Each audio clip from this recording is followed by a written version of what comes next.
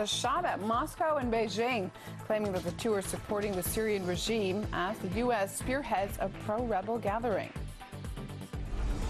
We were told that this district was cleaned from terrorists 2 months ago, but as you can hear, not far from here, clashes still continue. A first-hand account from the heart of the Syrian uprising. An RT team goes to Homs, the scene of the fiercest fighting in the war-torn country.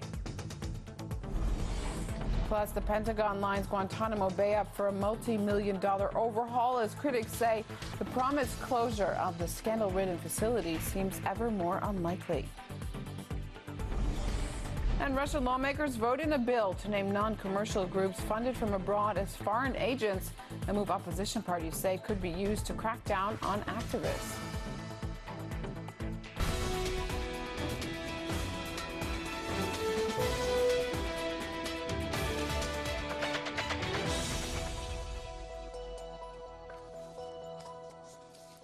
Live from our headquarters in central Moscow, you're watching RT with me, Anissa Nawe. It's good to have you with us. Our top story, America's chief diplomat is threatening Russia and China with consequences for what she sees as siding with the regime in Syria.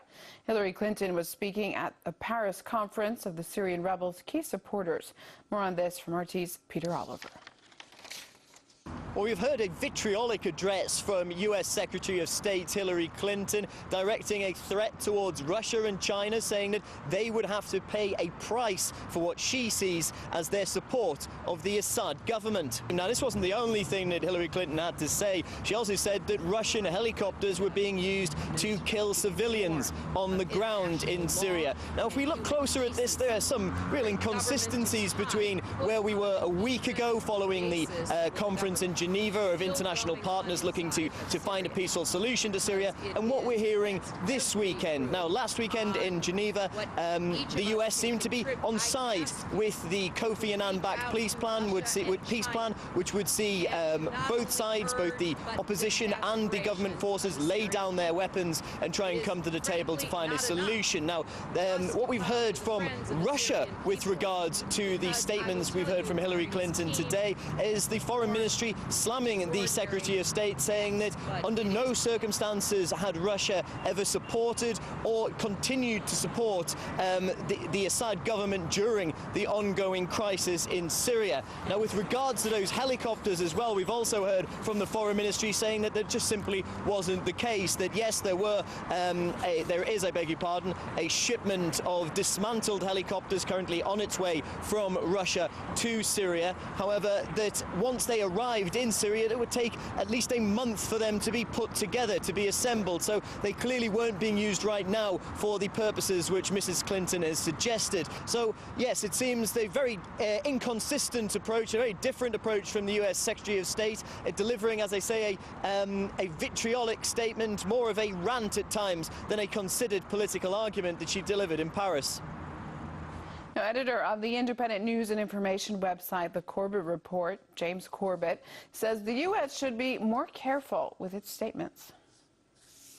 Well, they are just words, but given that the diplomats' stock and trade are words, that's a pretty serious game of one-upsmanship that Clinton seems to be playing right now, and that's a pretty heated comment to make, especially in the midst of an international crisis like this.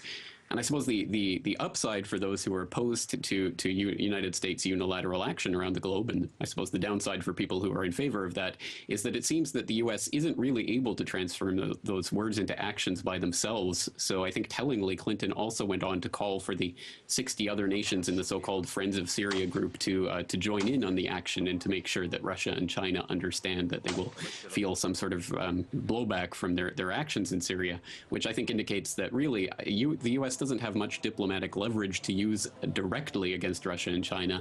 All they can do is try to convince other nations to reduce trade, etc. So at this point, it's very unlikely that these words will directly translate into U.S. action of some sort. But it is, I think, a very dangerous game for the U.S. to be playing to make such politically explosive statements in the midst of an international crisis. The city of Homs has reportedly suffered more deaths than any other Syrian flashpoint. RT's Maria Fanoshina visits its battle-scarred neighborhoods, witnessing the ferocity on the streets.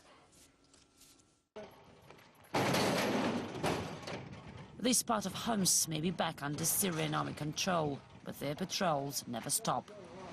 Soldiers are searching house to house. They are looking for terrorists or snipers, but that's not what they usually find. For some people, their homes became their graves too. In this room, look, human bones of at least one person. Who seems to have been burned to death. In the next house, we find 3 more charred skulls.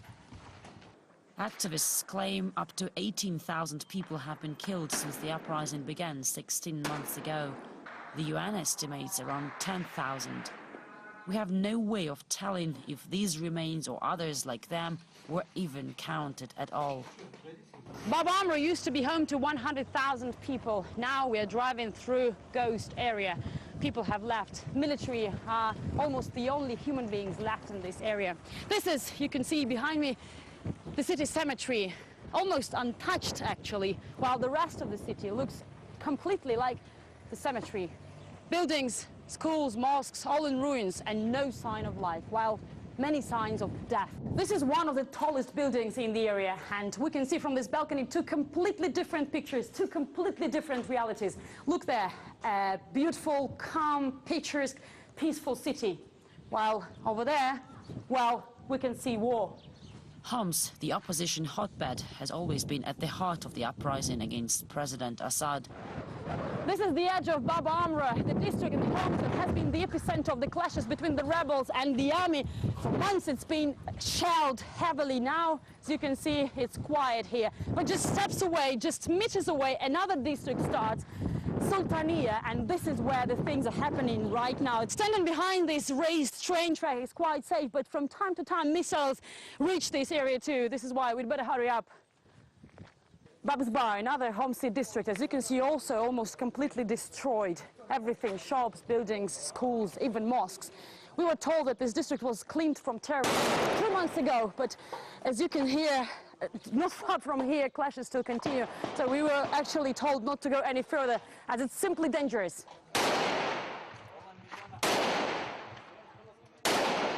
Soldiers come to our location. They tell us the rebels woke up, so we leave. Just a 15-minute drive takes us to yet another image of Homs. The people here aren't packing their bags, but at least there are people here. There's no fight here. We are living like one family. Talking to this man at a cafe on a street full of people, it's easy to forget the destructive nightmare just a few blocks away. Marif Noshina, RT, Homs, Syria. Well, calls for UN Security Council action, which may include military intervention into Syria, are growing louder outside the country. But there's deep resentment to that from people within the country, as political analyst Wada Al-Khatib told us from Damascus.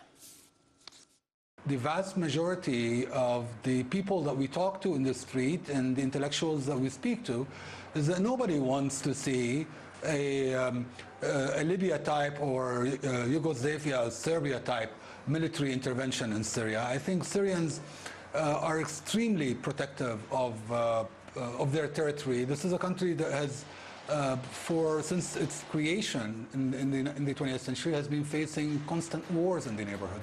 People do not want to see foreign troops on their ground under any reason. Now, naturally, there are voices that call for this type of intervention, but I think nobody can make the claim that this represents even a significant minority within the Syrian population.